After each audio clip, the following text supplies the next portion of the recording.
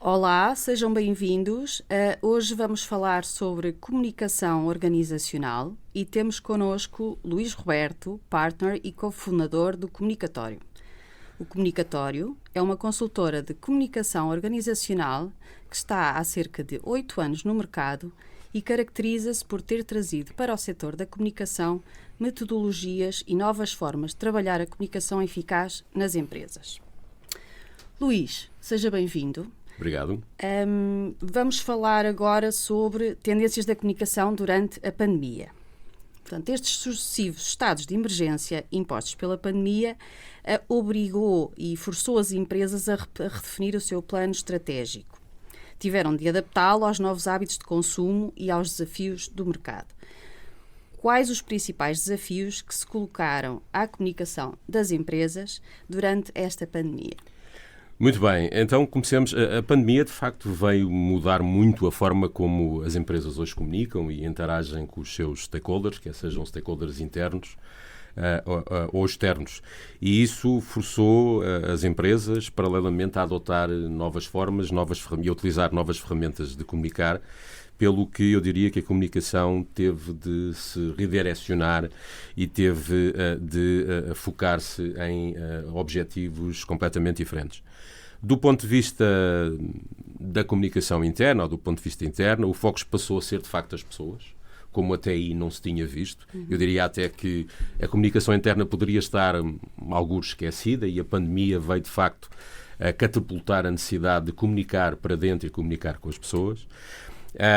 E houve, de facto, um grande cuidado em transmitir palavras de motivação, de reconhecimento pelo esforço, de que as pessoas estavam a fazer, porque não podemos esquecer disso. A pandemia apareceu de um dia para o outro e, portanto, obrigou-nos a mudar tudo e a comunicação teve que seguir essa mudança rápida.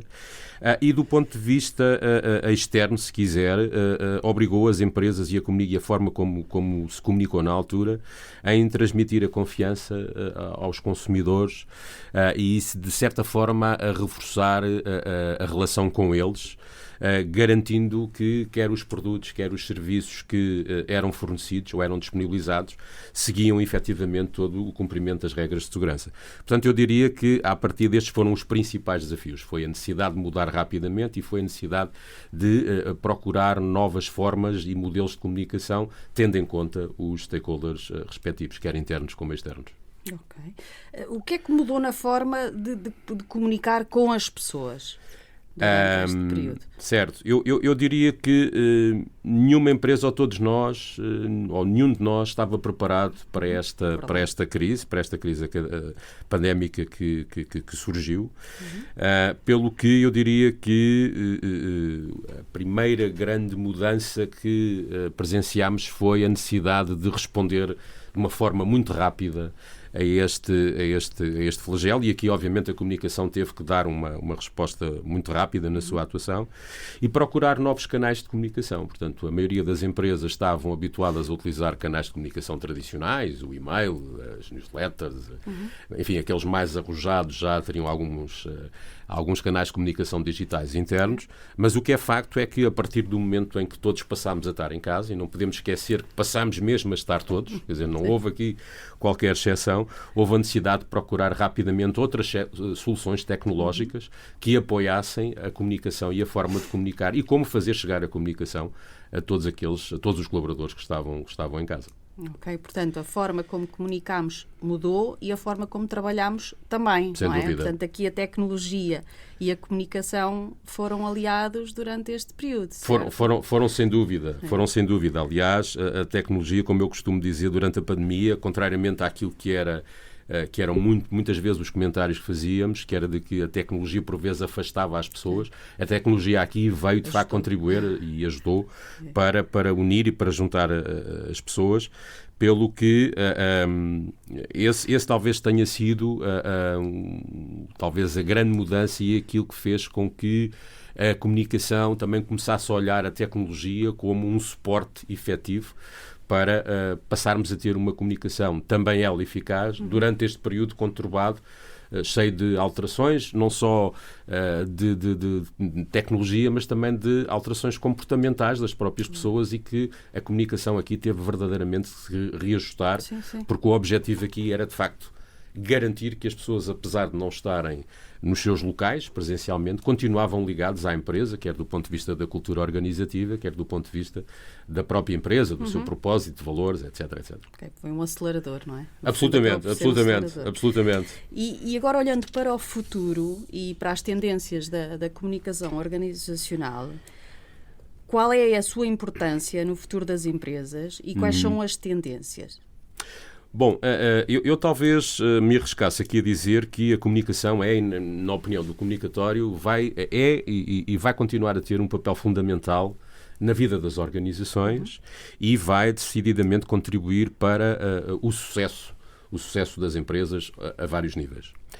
Contudo, nós não podemos esquecer de que ainda existem desafios. E eu destacaria aqui 3 desafios para os quais é importante, enfim, meditarmos, digamos, sobre eles. O primeiro tem a ver que a comunicação organizacional, contrariamente a que, enfim, a que ainda muitas organizações, e infelizmente há que dizer, ainda há organizações que têm uma ideia não muito correta sobre o propósito ou sobre o objetivo da comunicação organizacional, mas dizia eu que a comunicação organizacional tem que assentar decididamente sobre a capacidade dos CEOs ou dos responsáveis das organizações olharem a comunicação organizacional como um parceiro estratégico do negócio. Um parceiro estratégico do negócio que contribui, efetivamente, para os resultados e que pode contribuir para os resultados financeiros da própria empresa. E, portanto, isso é um trabalho de sensibilização que tem que ser feito, embora hoje já se veja algumas empresas onde essa sensibilidade, ou se quiser, essa moralização já foi feita, e, portanto, temos CEOs que apostam verdadeiramente na comunicação e veem na comunicação um parceiro que os pode ajudar ao sucesso da estratégia da própria empresa e do negócio. O segundo desafio é que vamos continuar a ter que garantir que alguns dos nossos líderes vão continuar a ter a necessidade de reforçar as suas competências em comunicação. O que é que eu quero dizer com isto? Quero dizer que ainda temos alguns líderes que necessitam de reforço dessas mesmas competências, tendo em atenção de que a comunicação entre pares e a comunicação de liderança para as suas equipas vai ser efetivamente, ou continua a ser também, um grande desafio.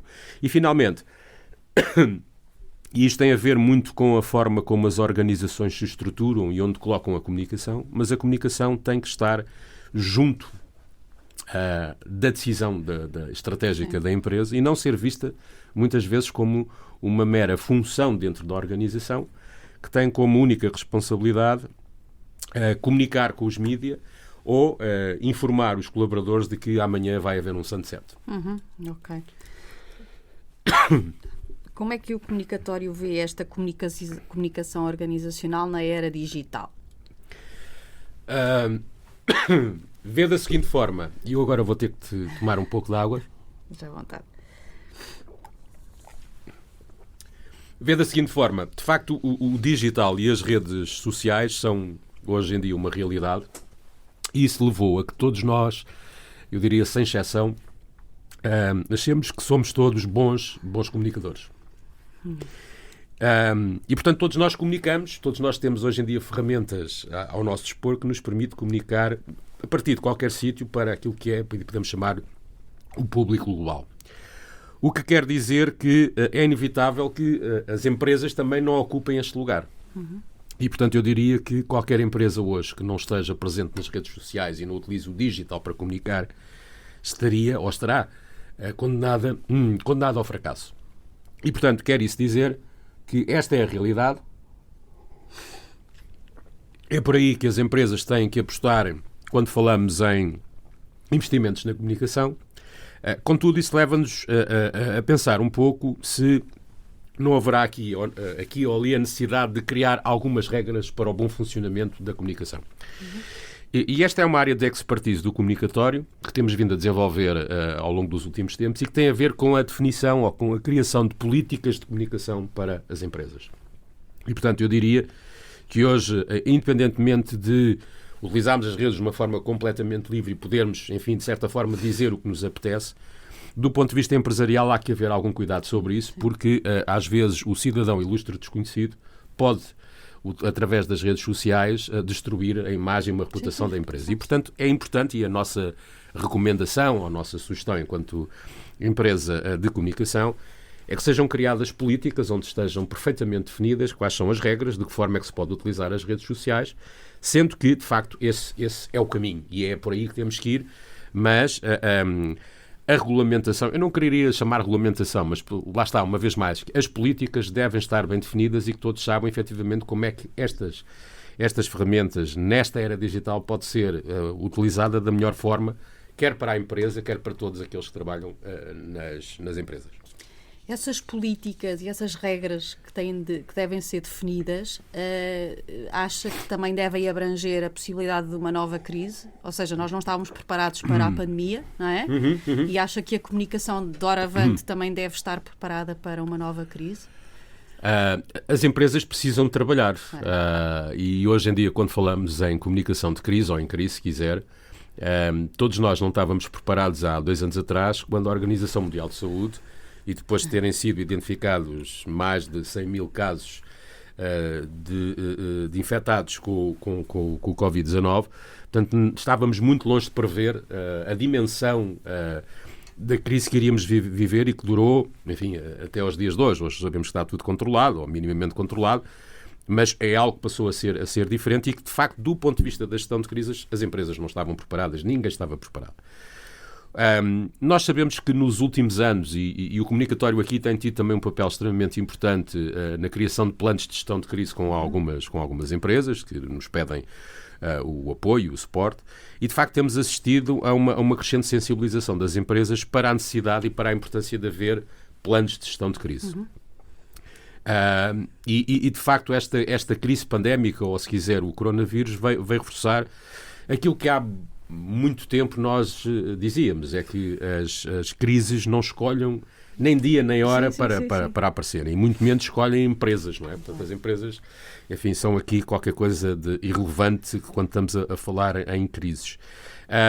E de facto, o coronavírus veio demonstrar a necessidade de termos que possuir planos de comunicação robustos, eficazes, que possam ser testados e comprovados que aquele plano de facto funciona para quando existe essa necessidade.